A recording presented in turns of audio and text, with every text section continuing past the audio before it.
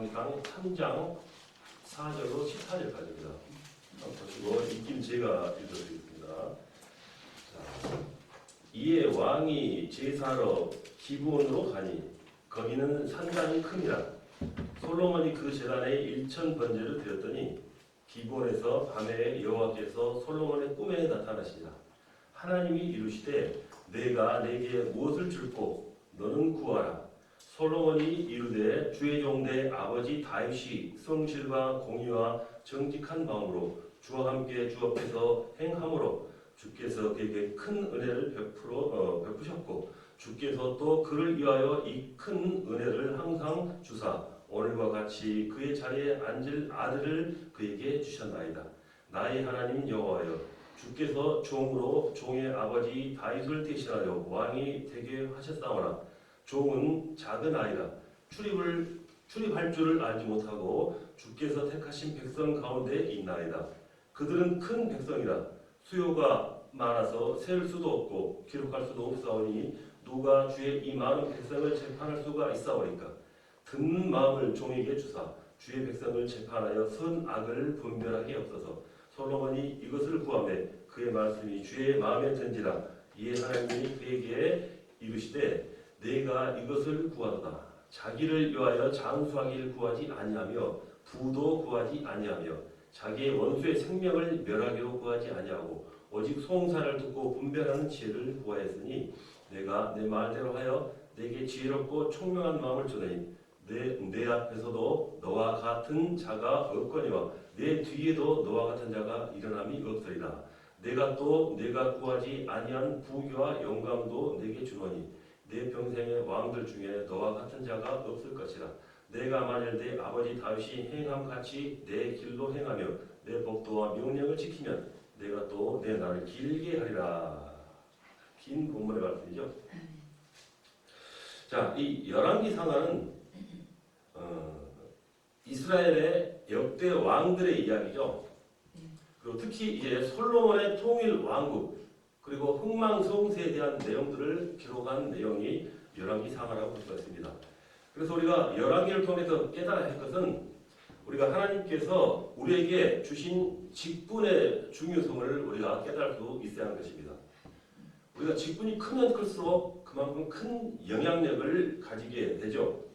그래서 왕이라는 직분은 민족 전체 온 나라에 영향을 끼칠 수 있는 아주 큰 직분입니다. 그래서 이런 직분을 가진 왕이 하나님께 순종을 하면은 바로 하나님께서는 그 민족 전체에 큰 복을 내려주신다는 것입니다. 그래서 하나님의 말씀에 이렇게 순종할 때 하나님께서는 지속적인 복을 부어주신다 하는 것을 이 말씀을 통해서 우리가 알 수가 있습니다. 자, 마리아는 처녀가 아이를 낳게 된다는 그 말을 자기 인간의 상식으로는 도저히 이해할 수가 없었거든요.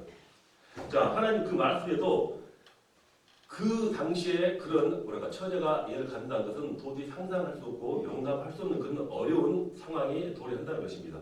자, 그렇지만 하나님 그 말씀에도 주의 계집종이오니 주의 말씀대로 이루어지다라며 순종을 했다는 것입니다.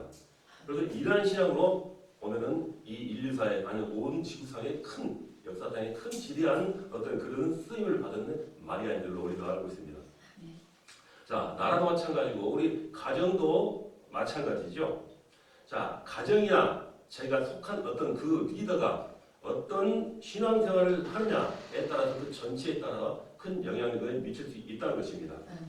자, 그래서 가정에서 또 부모에서 영적 상태 아니면 지도자의 리더십의 그 영적 상태가 또 그의 신앙생활이 그대로 그 조직이나 그 자녀들에게 이어진다, 영향을 주게 된다 하는 것을 우리가 깨달을 수가 있는 것입니다.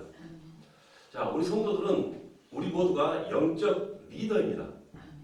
자, 그래서 우리가 얼마나 큰 직분을 가진 그런 존귀한 사람인지 자신의 존재 가치를 스스로 깨달을 수 있어야 하는 것이죠. 자, 우리가 왜 성경 66권 속에 그리스도를 지금 배우고 있습니까? 성경이 바로 지금 우리가 살아가는 현장이기 때문입니다. 그래서 이 현장을 우리가 회복할 것을 하나님께서 명하시고 그 사명을 감당케 하시기 위해서 바로 우리에게 그 직분을 주신 것입니다. 이러한 큰 직분으로 하나님께서부터 여러분에게 귀한 직분으로 쓰임받는 여러분 되시기를 축원합니다. 자, 그래서 이 열왕기상에서는 가장 우리 첫째로 다뤄야 할 인물이 있죠. 바로 솔로몬이 되겠습니다.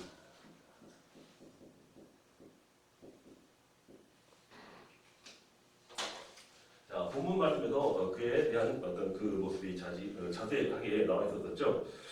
자, 우리가 솔로몬을 뭐라고 하냐면은 가장 먼저 지혜의 왕이라 이렇게 말씀합니다. 아까 본문 말씀 읽었듯이 그 지혜를 하나님께 간구한 것을 하나님께서 응답을 받으시고 주셨다는 것입니다. 기도를 받으시고.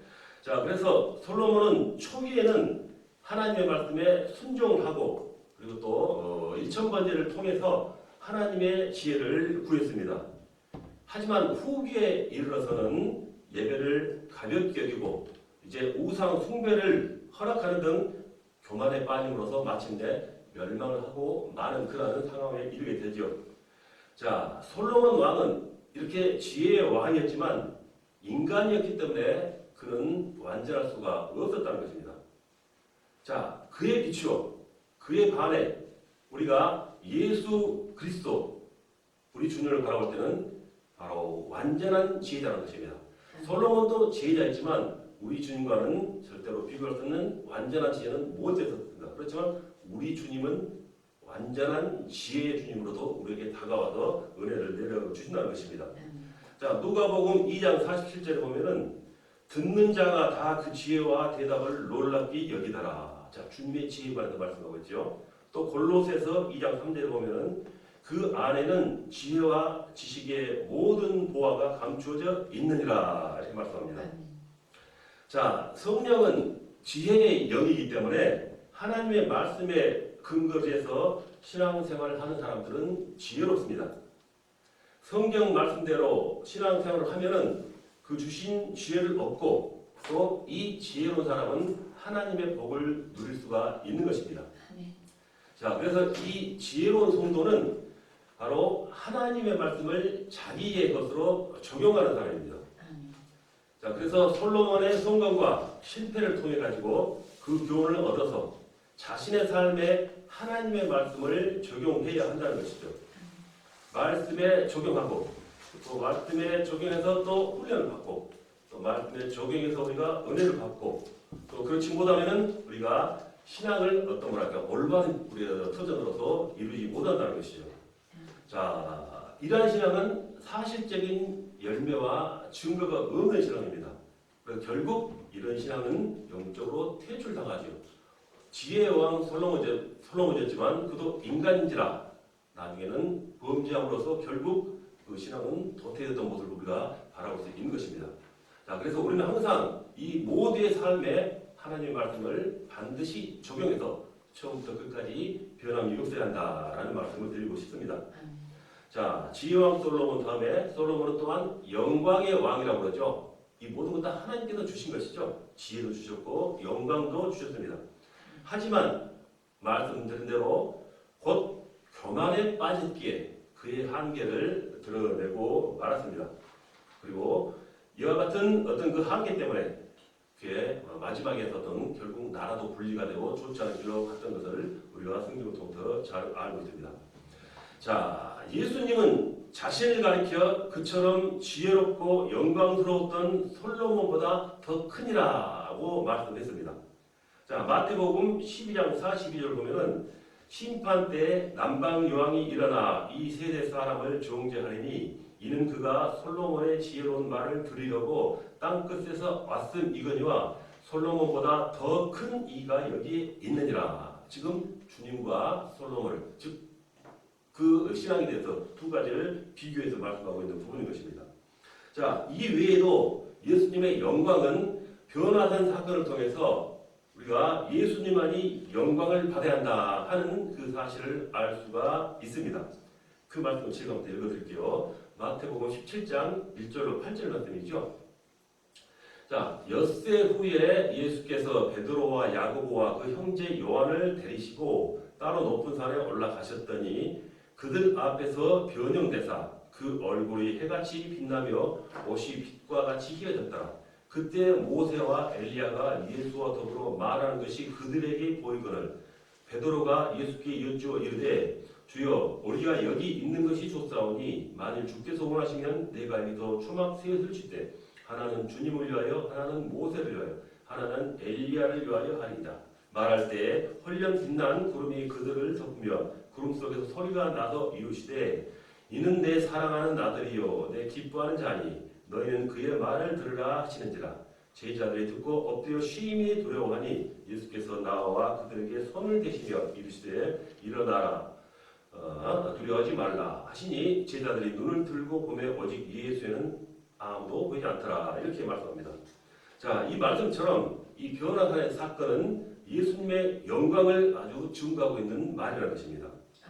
자, 말씀처럼 오직 예수 그리스도만을 드러내며 하나님께 완전한 영광을 돌려드리는 저와 여러분 되시기를 축원합니다. 자, 이렇게 솔로몬을 통해서 또 예수님을 통해서 그 영광의 비교가 얼마나 큰 차이가 있는지, 즉 인간과 우리 주님과의 어떤 그런 차이를 말씀해 주는 내용이기도 한 것입니다. 자, 예수님 다음으로 우리가 알아볼 또 하나의 키워드는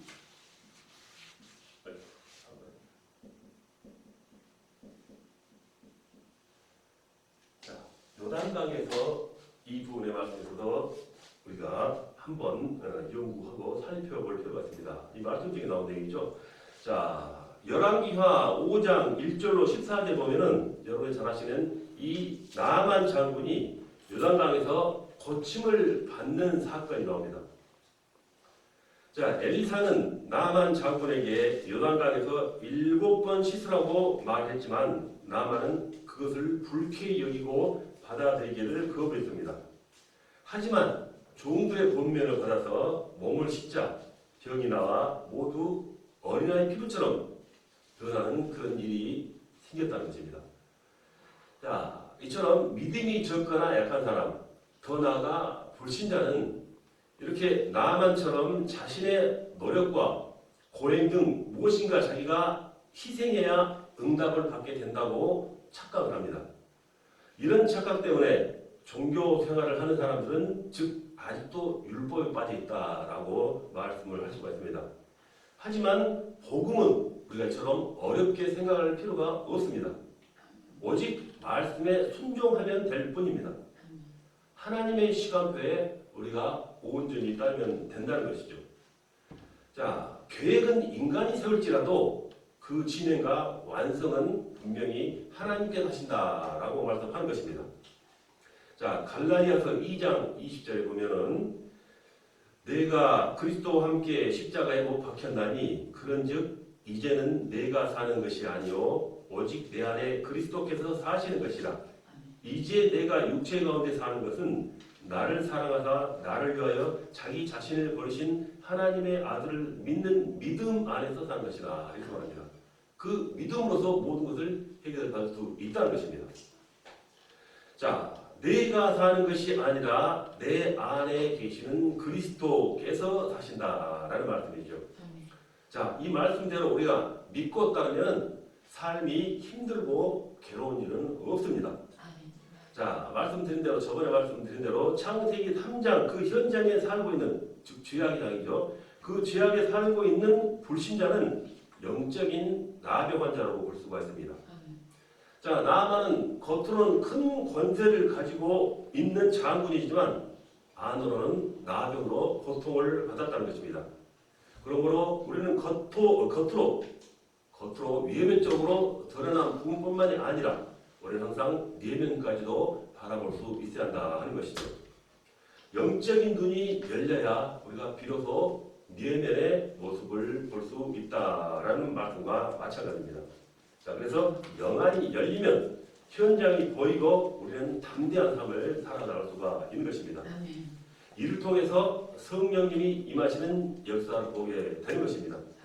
여기서 속죄의 능력을 가진 예수 그리스도를 보게 된다는 것입니다. 자, 에베소서 1장 7절에 보면은 우리는 그리스도 안에서 그의 은혜의 풍성함을 따라 그의 피로 말미암아 속량 곧 죄 사함을 입었느니라. 그리고 히브리서 9장 12절에 보면은 염소와 송아지의 피로 하지 아니하고 오직 자기의 피로 영원한 속죄를 이루사 단번에 성소에 들어가셨느니라. 그리고 요한일서 1장 7절 그가 빛 가운데 계신 것 같이 우리도 빛 가운데 행하면 우리가 서로 사귐이 있고 그 아들 예수의 피가 우리를 모든 죄에서 깨끗하게 하실 것이요. 그리고 또 한 장 더 로마서 8장 2절을 보면은 이는 그리스도 예수 안에 있는 생명의 성령의 법이 죄와 사망의 법에서 너를 해방하였습니다. 이렇게 말합니다. 자, 속죄의 능력이신 예수님을 일컫는 말씀드린 것입니다. 자, 우리가 이 보혈을 믿으면은 우리는 반드시 죄 사함을 받습니다. 또한 예수 그리스도를 그 믿는 순간에 모든 죄에서 완전함을 받는다는 것입니다. 깊이 없이 겉도는 신앙으로 우리가 받을 때 진실한 내면까지 깊이 있지 않은 그런 신앙을 말하는 것입니다. 자, 자기 신앙생활을 스스로 점검해봐야 하고 우리는 그 말씀에서 적용시켜서 자기 신앙을 이렇게 다시 끌어올려야 한다라는 것을 이 말씀 중에서 우리가 교훈을 받을 수 있는 것입니다. 자, 솔로몬과 같이 종국의 멸망의 길로 접어드는 그런 교만과 불순종의 신앙은 혹시 아닌가 내 자신을 한번 점검해 보아야 하는 것이죠. 자, 이렇게 말씀들처럼 지혜의 또 그리고 영광의 왕이신 또 예수님의 속죄의 능력으로 반석 위에 굳게 서는 아주 강인한 그런 신앙을 갖추시는 저와 여러분 되시기를 축원합니다. 자, 이렇게 11장 열왕기 상하 속에 그리스도를 끝내고 다음에는 그 다음에 연결되는 역대상하 속의 그리스도를 여러분과 함께 살펴보도록 하겠습니다.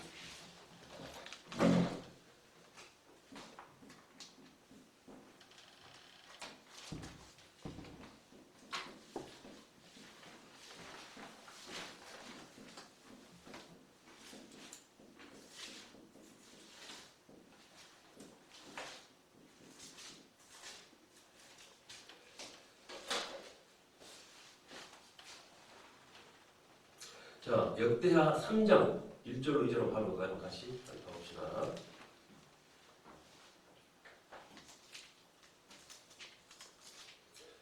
역대하 3장 1절로 2절 말씀 제가 읽겠습니다. 자, 솔로몬이 예루살렘 모리아산에서 여호와의 전 건축하기를 시작하니 그곳은 전에 여호와께서 그의 아버지 다윗에게 나타나신 곳이요 여부스 사람 오르난의 타작 마당에 다윗이 정한 곳이라. 솔로몬이 왕에 오른 지 넷째 해 둘째 날 건축을 시작했더라. 이렇게 말씀하고 있습니다. 자, 역대상하는 이스라엘 역사의 연대를 따라서 기록되어 있는 말씀입니다. 자, 우리가 이렇게 이스라엘의 역사를 공부하는 것은 그리스도께서 이스라엘의 역사를 통해서 오셨기 때문입니다. 아멘. 자, 그래서 이스라엘의 백성들은 그들의 불신앙으로 말미암아 이렇게 오랫동안 지금 포로 생활을 하고 있는 중인 것입니다. 이 포로 생활 동안 이스라엘 백성은 하나님께서 선택하신 그 백성의 모습을 상실하고 있다라는 것입니다. 자, 신앙을 상실한 성도들의 모습도 마찬가지입니다. 자, 세상에서 있는 많은 물질, 돈, 아니면 질병, 아니면 다툼에 찌들어가지고 하나님의 자녀된 권세와 신분을 잃어버리고 있다는 것입니다. 자, 역대상하는 이렇게 잃어버린 선민의식을 다시 회복시켜주는 바로 그 내용이라는 것입니다. 자, 우리도 하나님께서 나를 향한 엄청난 계획을 가지고 계시다는 그 믿음으로 신앙생활을 하면서 영적 정체성을 회복해야 할 것입니다. 자, 구약시대의 하나님께서는 제사를 통해서 이 백성들의 신앙을 회복시켰습니다. 그러나 그 제사는 오늘날의 예배입니다. 예배는 신앙생활의 첫걸음입니다. 이 예배를 통해서 하나님의 뜻을 발견하고 또 하나님의 자녀라는 신분이 회복되시는 여러분이 되시기를 바랍니다. 자, 우리가 역대상 상속에 그리스도서 한 가지 방금 다룬 그 산이 하나 얻었죠. 자, 이 모리아 산은 우리에게 과연 어떤 의미를 부여해주고 있으며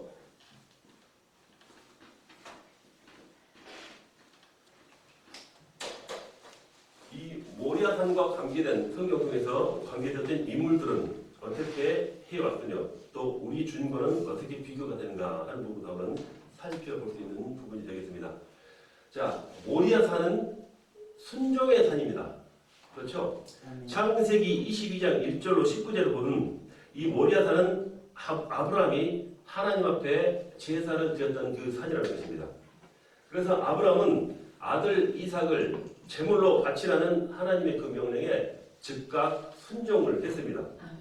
그래서 하나님의 명령을 받은 아브라함은 그 누구와도 의논을 하지 않고 바로 이삭을 데리고 산에 오릅니다. 그래서 제단에 올려서 이삭을 묶어놓고 이삭을 제물로 바치기 위해서 묶는데 이삭은 반항도 하지 않습니다. 자, 그래서 아브라함의 신앙이 이렇게 이삭에게 전해져서 자신을 죽이려 하는데도 그대로 순종을 했다는 것입니다. 하나님의 말씀이 우리의 생각 속에서 이해가 되지 않더라도 그대로 순종하면 더한 응답을 받게 된다 하는 말씀인 것입니다. 아멘. 자, 예수 그리스도께서는 어떠하셨을까요? 갈보리 산에 십자가를 지시기까지 예수님은 하나님의 명령에 절대로 순종을 했습니다.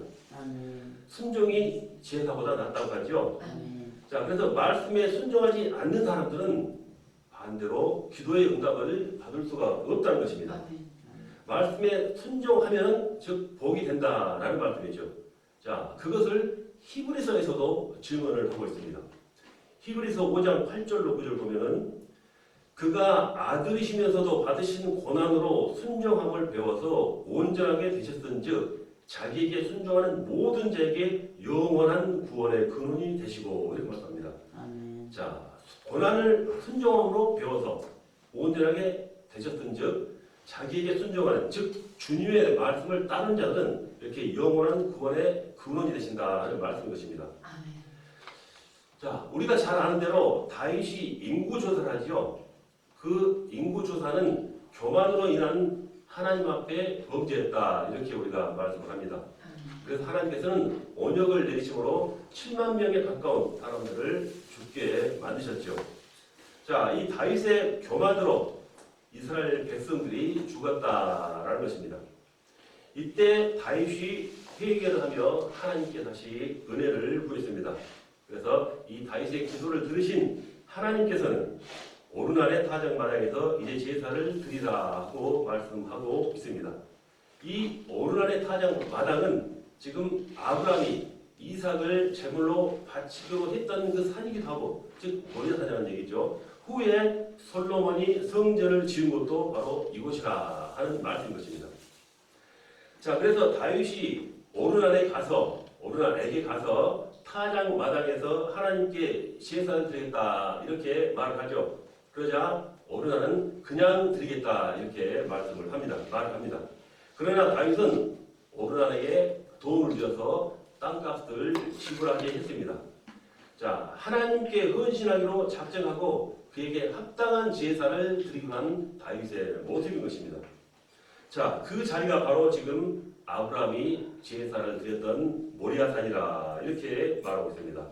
그곳에서 아브라함도 이 다윗도 제사를 드리며 하나님 앞에 희생제물을 바쳤습니다. 이는 예수 그리스도의 희생 제사를 예표한 것이라 이렇게 또한 곁들여서 말씀드릴 수가 있죠. 이것이 예수 그리스도를 통한 구원 사역의 그림자들이라는 것입니다. 자, 이런 사건들을 통해서 바로 예수님께서 이 땅에 오셨고 하나님께서 구원의 길을 여셨다 하는 것을 우리는 깨닫게 된 것입니다. 자, 이 모리아산의 제사가 여러분의 제사 되기를 축원합니다. 자, 두 번째로는 선지자 미가의 말. 여기다 나눠봅니다.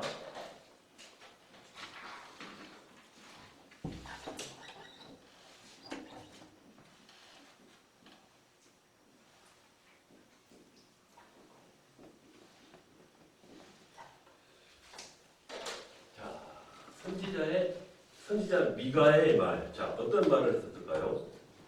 자, 지금 말씀드리고 있는 이 미가에는 선지자로서 그 사명이 아주 충실했던 그런 사람입니다. 자, 역대하 18장 13절 보면은 미가야가 이르되 여호와께서 살아계심을 두고 맹세하노니 내 하나님께서 말씀하신 것 곧 그것을 내가 말하리라 하고 자, 하나님의 살아계심을 두고 맹세하노니 내 하나님께서 말씀하신 것 그것을 내가 말한다 하고 지금 이렇게 부르짖고 있는 것입니다. 자, 이 말씀처럼 미가야는 하나님이 말씀하신 것을 사명을 가지고 전달을 했습니다. 자, 예수 그리스도도 마찬가지입니다. 자, 요한복음 7장 16절에 보면은 예수께서 대답하여 이르시되 내 교회는 내 것이 아니요 나를 보내신 이의 것이니라 이렇게 말씀합니다. 자, 구약에 있는 말씀은 모두 다 예수님 그림자라고 말씀드렸었죠. 이 말씀, 지금 미가의 그 사명과 지금 하나님의 말씀을 그대로 전하는 예수님의 그 사명을 같이 비교해서 말씀하고 있는 부분이죠. 자, 그래서 예수님도 언제나 이렇게 하나님께서 하신 말씀 그대로를 전달했습니다. 예수님께서는 사단의 시험을 하나님의 말씀으로 이기셨습니다. 자, 요한복음 12장 50절 보면은 나는 그의 명령이 영생인 줄 아노라. 그러므로 내가 이르는 것은 내 아버지께서 내게 말씀하신 그대로니라 하시니라 이렇게 말합니다. 자, 그러므로 전도자의 자세는 이렇게 말씀을 듣고 내가 먼저 영적으로 소화가 되어야 한다라는 말씀이죠. 자, 하나님의 말씀을 받아서 내가 직접 사명을 가지고 전달할 수 있어야 한다 하는 말씀인 것이죠. 자, 에스겔 3장 1절로 3절을 보면은 환상 중에 하나님께서 에스겔에게 기록된 두루마리, 즉 하나님의 말씀을 먹고 이스라엘 족속에게 가서 그대로 보아라라고 말씀하시는 장면이 나옵니다. 자, 그래서 이 말씀에 따라 이 에스겔이 그 두루마리를 먹었더니 그 두루마리가 내 입에서 어떻다 그러죠? 달기가 꿀 같더라 이렇게 말했다는 것입니다. 자, 이렇게 말씀을 들을 때 꿀같이 달게 느끼시길 바랍니다. 아멘. 자, 이 말씀이 나에게 힘이 되고 또 위로가 된다는 것을 우리는 깨달을 수 있어야 하는 것입니다. 아멘. 자, 베드로전서 2장 2절에 갓난 아기들 같이 순전하고 신령한 젖을 사모하라.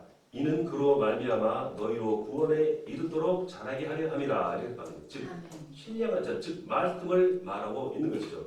즉 말씀 안에서 우리가 올바르게 한다는 것을 견주어서 주는 교훈인 것입니다. 자, 말씀을 들어도 우리가 무슨 말인지 모르겠고 은혜가 되지 않는 사람은 어떻게 보면은 불행한 사람이라 이렇게 말씀을 드릴 수가 있습니다. 자, 그래서 우리가 말씀으로 이러한 은혜를 우리가 받지 못한다면은 이 말씀의 은혜를 받지 못한다면은 우리는 사역을 할 수가 없습니다. 은혜 받는 일에 우리 절대로 손해가 없어야 하는 것입니다. 말씀에 순종하고 우리가 은혜를 받으면은 하나님께서 누르고 흔들어서 그 복을 안겨주시고 하늘의 군대를 동원해서 우리들을 지켜주신다는 것입니다. 자, 또한 하나님께서 불꽃 같은 눈동자로 우리를 지켜주심을 느낄 수가 있습니다. 자, 사도 바울은 워낙 하나님의 은혜를 많이 받았기 때문에 감옥에 있을 때든지 매를 맞을 때이든지 어떤 환경에도 관계가 없었습니다. 바울이 담대하게 이렇게 복음을 증거를 할 수 있었던 것은 바로 꿀송이마다 달콤한 하나님의 그 말씀의 은혜를 받았기 때문입니다.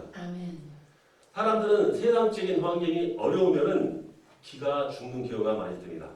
신앙생활을 하면서도 그런 경우가 있을 수가 있습니다.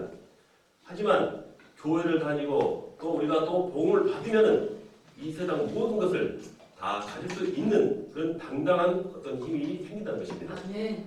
자, 에스겔 3장 7절에 보면은 그러나 이스라엘 족속은 이마가 굳고 마음이 굳어 내 말을 듣고자 아니하리니 이는 내 말을 듣고자 함이 아니니라 이렇게 말씀하죠. 자, 이스라엘 백성의 어떤 그 모습을 말하고 있는 것입니다.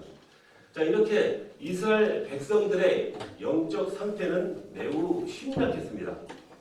하나님께서는 이 에스겔에게 가서 내가 가서 내 말을 전해도 그들은 내 말을 듣지 않을 것이라 이렇게 말씀을 하신 것입니다. 자, 우리가 살아있는 이 현장도 마찬가지입니다. 우리 세상을 향해서 복음을 외치더라도 마음이 강팍해서 듣지 않는 사람들이 많이 있습니다. 자, 이런 사람들은 말씀을 들어도 은혜를 받지 못하고 또 신앙이 자랄 수가 없는 그런 마음의 바탕인 것입니다. 자, 그래서 에스겔 3장 8절로 11절 보면은 하나님께서 에스겔의 얼굴을 금강석처럼 빛나도록 만드셨다 이렇게 말씀합니다. 자, 세상 사람들이 비방하고 또 조롱해도 담대하게 복음을 전파할 수 있도록 하게 해 주신 것입니다. 자, 하나님께서 에스겔에게 이런 담대함을 주신 것처럼 우리도 현장에서, 복음의 현장에서, 사명의 현장에서 담대해져야 한다라는 말씀인 것입니다. 아멘. 자, 누구나 예배 시간에 이렇게 하나님의 말씀을 통해서 은혜를 받는다면 누구나 다 담담해서 그 사명을 감당해낼 수가 있는 것입니다. 아멘. 자, 에스겔서 3장 11절 보면은 사로잡힌 내 민족에게로 가서 그들이 듣든지 아니 듣든지 그들에게 고하여 이르기를 주 여호와의 말씀이 이러하시다 하라, 이렇게 외치라 하는 말씀을 지금 증거하는 말씀인 것입니다. 자, 이렇게 하나님 말씀에는 그 말씀 자체의 능력이 있는 것입니다. 자, 사람들이 우리에게 너는 매일 교회 가서 앉아있고 도대체 이 세상을 무슨 재미로 살아가느냐 하는 그렇게 말을 들 수가 있습니다. 자, 그런 말씀을 듣는다면 우리들은 뭐라고 말씀을 해야겠습니까? 너는 예수님 믿는 재미도 모르고 도대체 무슨 재미로 세상을 사느냐, 이렇게 연구설을 할 수가 있어요. 그렇죠? 자, 세상 사람들이 우리를 보면은 저 사람들은 왜 저렇게 당당하고 또 저렇게 기쁘고 또 감사하고 즐거울까, 이유를 모르겠다 하는 생각이 그들이 할 수 있어야 한다는 것입니다. 아멘. 자, 이렇게 그리스도는 모든 문제의 해결자이십니다. 아멘. 우리가 은혜를 받으면 그 복음의 능력이 우리를 치유합니다. 아멘.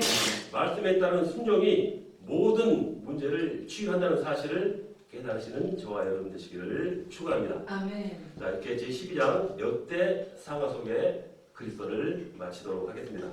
자, 다음은 제13장 에스라 속의 그리스도로 진행을 하도록 하겠습니다.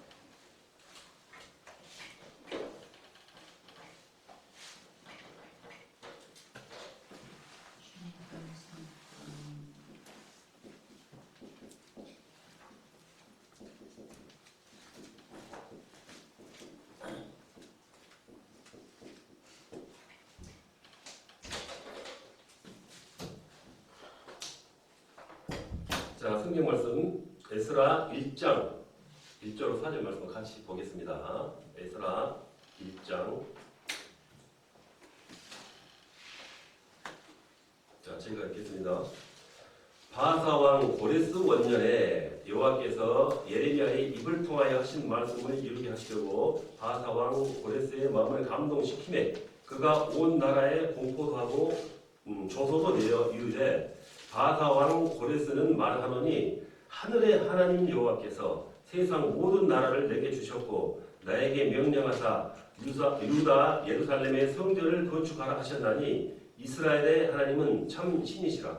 너희 중에 그의 백성된 자는 다 유다 예루살렘으로 올라가서 이스라엘의 하나님 여호와의 성전을 건축하라.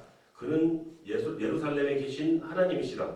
그 남아있는 백성이 어느 곳에 머물러 살든지 그곳 사람들이 마땅히 은과 금과 그 밖의 물건과 진통으로 도와주고 그 외에도 예루살렘에 세울 하나님의 성전을 위하여 예물을 기쁘게 드릴지니라 하였더라. 이렇게 말씀하고 있습니다. 자, 이 에스라는 바벨론에서 오랫동안 포로 생활했던 이스라엘 백성들이 지금 하나님의 말씀의 성취를 위해서 귀환하라 하는 그 내용입니다. 하나님께서는 고레스 왕에게 직접 이스라엘 백성들을 내보내라 이렇게 말씀하셨습니다. 그래서 이스라엘 백성들을 내보내 성벽과 성전을 재건할 수 있게끔 이렇게 왕의 마음에 감동을 주셨다는 것입니다. 자, 그래서 하나님께서 마침내 이 이스라엘 백성들을 포로 생활에서 해방을 시키신 것입니다. 이것이 지금 말씀하고 있는 에스라의 핵심 내용입니다. 사람의 마음을 감동케 하고 그 마음을 움직이신 분은 하나님이십니다. 자, 아까 읽었던 말씀, 바사 왕 고레스 원년에 여호와께서 예레미야 입을 통하여 하신 말씀을 이루게 하시려고 바사 왕 고레스의 마음을 감동시키면 그가 온 나라에 공포도 하고 조소도 내려 이르되 이렇게 말합니다. 자, 이렇게 구원은 전적인 하나님의 은혜라고 볼 수 있습니다. 내가 할 수 있는 게 없죠. 자, 우리가 이렇게 사람들이 불신자의 어떤 그런 상태에서 빠져나와가지고 하나님 앞에 우리가 예배를 할 수 있다는 것은 전적인 하나님의 은혜라는 것입니다. 아멘. 자, 그렇다면 이스라엘 백성들이 포로로 잡혀가고 또 바벨론 포로 생활 중에서 해방이 돼가지고 이렇게 귀환하는 것이 과연 우리하고는 어떤 상관이 있을까라고 생각할 수 있겠죠. 자, 하나님의 말씀은 어제나 오늘이나 동일합니다. 아멘. 그 말씀을 내 것으로 적용해야만이 하나님의 말씀이 능력으로 나타나는 것입니다. 아멘. 그래서 하나님께서 에사를 통해 내게 주시는 그 말씀을 잡아야 하는 것이죠. 아멘. 그래서 또 아브라함에게 한 말씀을 나에게 한 말씀으로 잡을 수 있어야 하는 것입니다. 아멘. 자, 왜 이스라엘 백성들이 지금 고통을 당하며 살아갑니까? 왜 하나님의 자녀가 고통을 당하면서 살아갈까요? 그것은 하나님과의 방향이 맞지 않기 때문입니다. 자, 이스라엘 백성들이 아니면 하나님의 자녀가 또 이방인들이 자기 마음대로 사람들이 자기 마음대로 방향과 하나님과 추지를 못하기 때문에 이 고통을 당하고 있는 것이죠. 힘들게 산다는 것입니다. 자, 고통 당할 필요가 없는데 왜 이방인들에게 불신자들에게 조롱을 당하고 그 이방인들과 못하는 삶을 살 수가 있을까요? 왜 성도들이 이방인들보다 불신자보다 힘이 없고 확신이 없을 수가 있을까요? 왜 창세기의 1장 28절의 능력이 나에게 나타나지 않을까요? 자, 창세기 1장 28절의 말씀은 하나님이 그들에게 복을 주시며 그들에게 이르시되 생육하고 번성하라 땅을 정복하라 라는 그 능력입니다. 그 능력이 왜 나에게 나타나지 않는가? 왜 이스라엘 백성들은 지금 이런 복을 받지 못하는가 하는 것을 말씀하고 있는 것입니다. 그것은 왜 하나님들 앞에서 증인된 모습으로 당당하게 살아가지 못하는가? 자, 지금 이스라엘 백성들이 왜 우상국가 그 바벨론에게 종사를 해야 하는가라는 그 질문과 똑같은 내용이라는 것입니다. 하나님의 자유는 이유 없이 누릴 수가 있어야 합니다. 아멘. 어떤 상황에서도 우리가 언약을 잡았다고 하면은 누릴 수가 있어야 합니다. 아멘. 언약 잡은 자에게는 이유와 변명이 필요가 없습니다. 아멘. 우리가 누리지 못한다면은 그것은 지금 사단에게 억눌려 있다라고 생각하면 됩니다. 지금 영적인 포로 생활을 하고 있다라는 말씀인 것이죠. 환경에 전혀 구애를 받지 않는 것이 복음입니다. 아멘. 에스라의 주제는 한마디로 회복입니다. 아멘. 성전, 성벽 제거는 영적 재건을 뜻하고 있죠. 그리고 성벽 제거는 삶의 회복을 뜻하고 있습니다. 자, 영적 회복과 삶의 회복이 되는 것은 바로 온전한 신앙생활이다라고도 우리가 말씀을 드리고 있는 것입니다. 자, 우리가 예수를 믿으면서도 항상 힘없이 산다면 올바른 생활이 아닙니다. 아멘. 자, 냉정하게 자신을 돌아보고 과감하게 결단을 할 수가 있어야 합니다. 아멘. 자, 지금 이스라엘 백성들은 이와 같은 결단을 하지 못하고 있는 것입니다. 그래서 우리는 날마다 새로운 성령의 역사를 체험해야 합니다. 아멘. 성령은 날마다 우리를 새롭게 해 주시기 때문이죠. 아멘. 항상 하나님에 대한 기대와 소망과 그 힘이 넘쳐야 합니다. 아멘. 그래서 예수께서 그리스도로 오셔서 모든 문제를 해결해 주셨기 때문에 우리도 이처럼 예수 그리스도를 통한 그 회복이 완전한 회복으로 돌아설 수 있어야 한다는 것입니다. 아멘. 이 말씀들을 지금 이 에스라의 성경 건축과 재건과 성벽 재건을 통해서 깨달을 수가 있어야 하는 것이겠습니다. 자, 여기서 또 다른 말씀 1번 상황이 인도자 예수 그리스도를 알아보고 있습니다.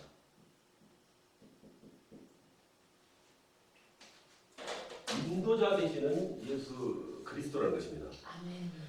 자, 수룹바벨은 이스라엘 백성의 1차 포로 귀환을 인도한 사람입니다. 그는 포로 귀환의 그 힘들고 위험했던 그 여정을 지나서 이스라엘을 인도했고 성전 그 재건의 기초를 닦은 사람입니다. 아멘.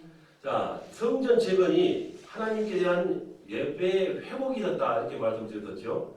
그렇기 때문에 이렇게 그 수룹바벨의 사명이 이같이 확실한 어떤 신앙의 회복을 가져다 줄 수 있는 인도자가 됐다 하는 것입니다. 아멘.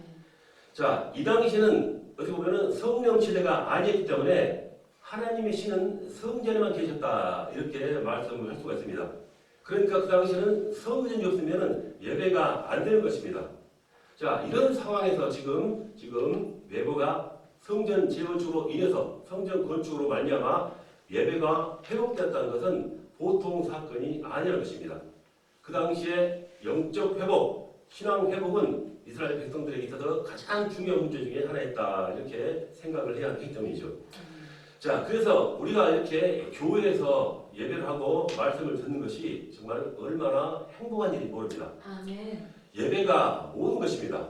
아멘. 우리는 아무리 바빠도 이 예배를 가장 중요하게 생각을 해야 합니다. 아멘. 그래서 이 예배는 영적인 방향을 잡는 시간이기도 하죠. 아멘. 예배를 통해서 영적 방향, 항상 점검, 영적 방향을 잡아가면서 내 자신을 점검할 수 있어야 하는 것이죠. 아멘.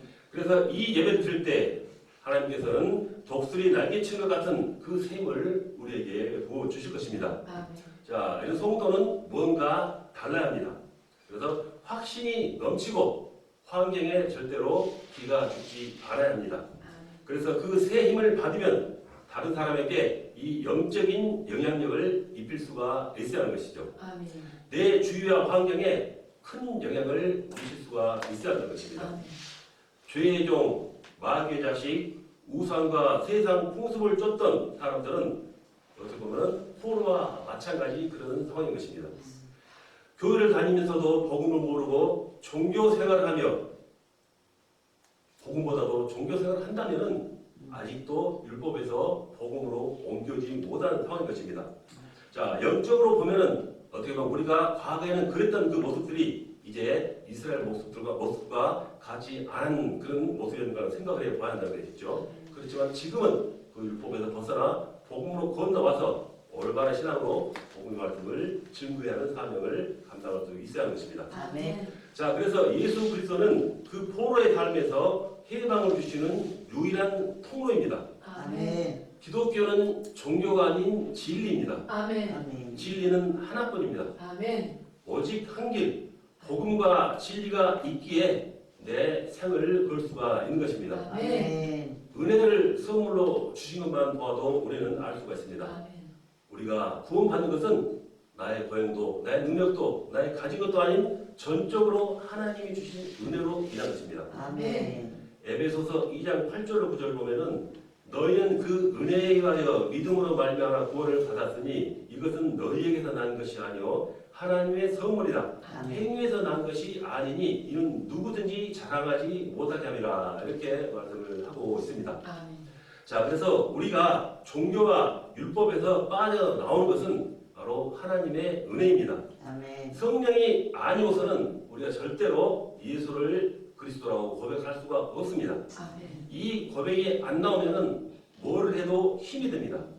직분을 감당하는 것도 힘들게 되죠.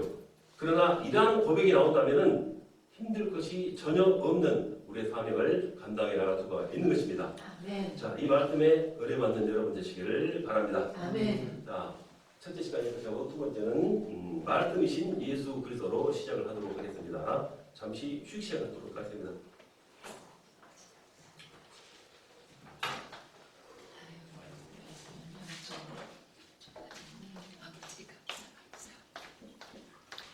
병을 안 안고 왔어.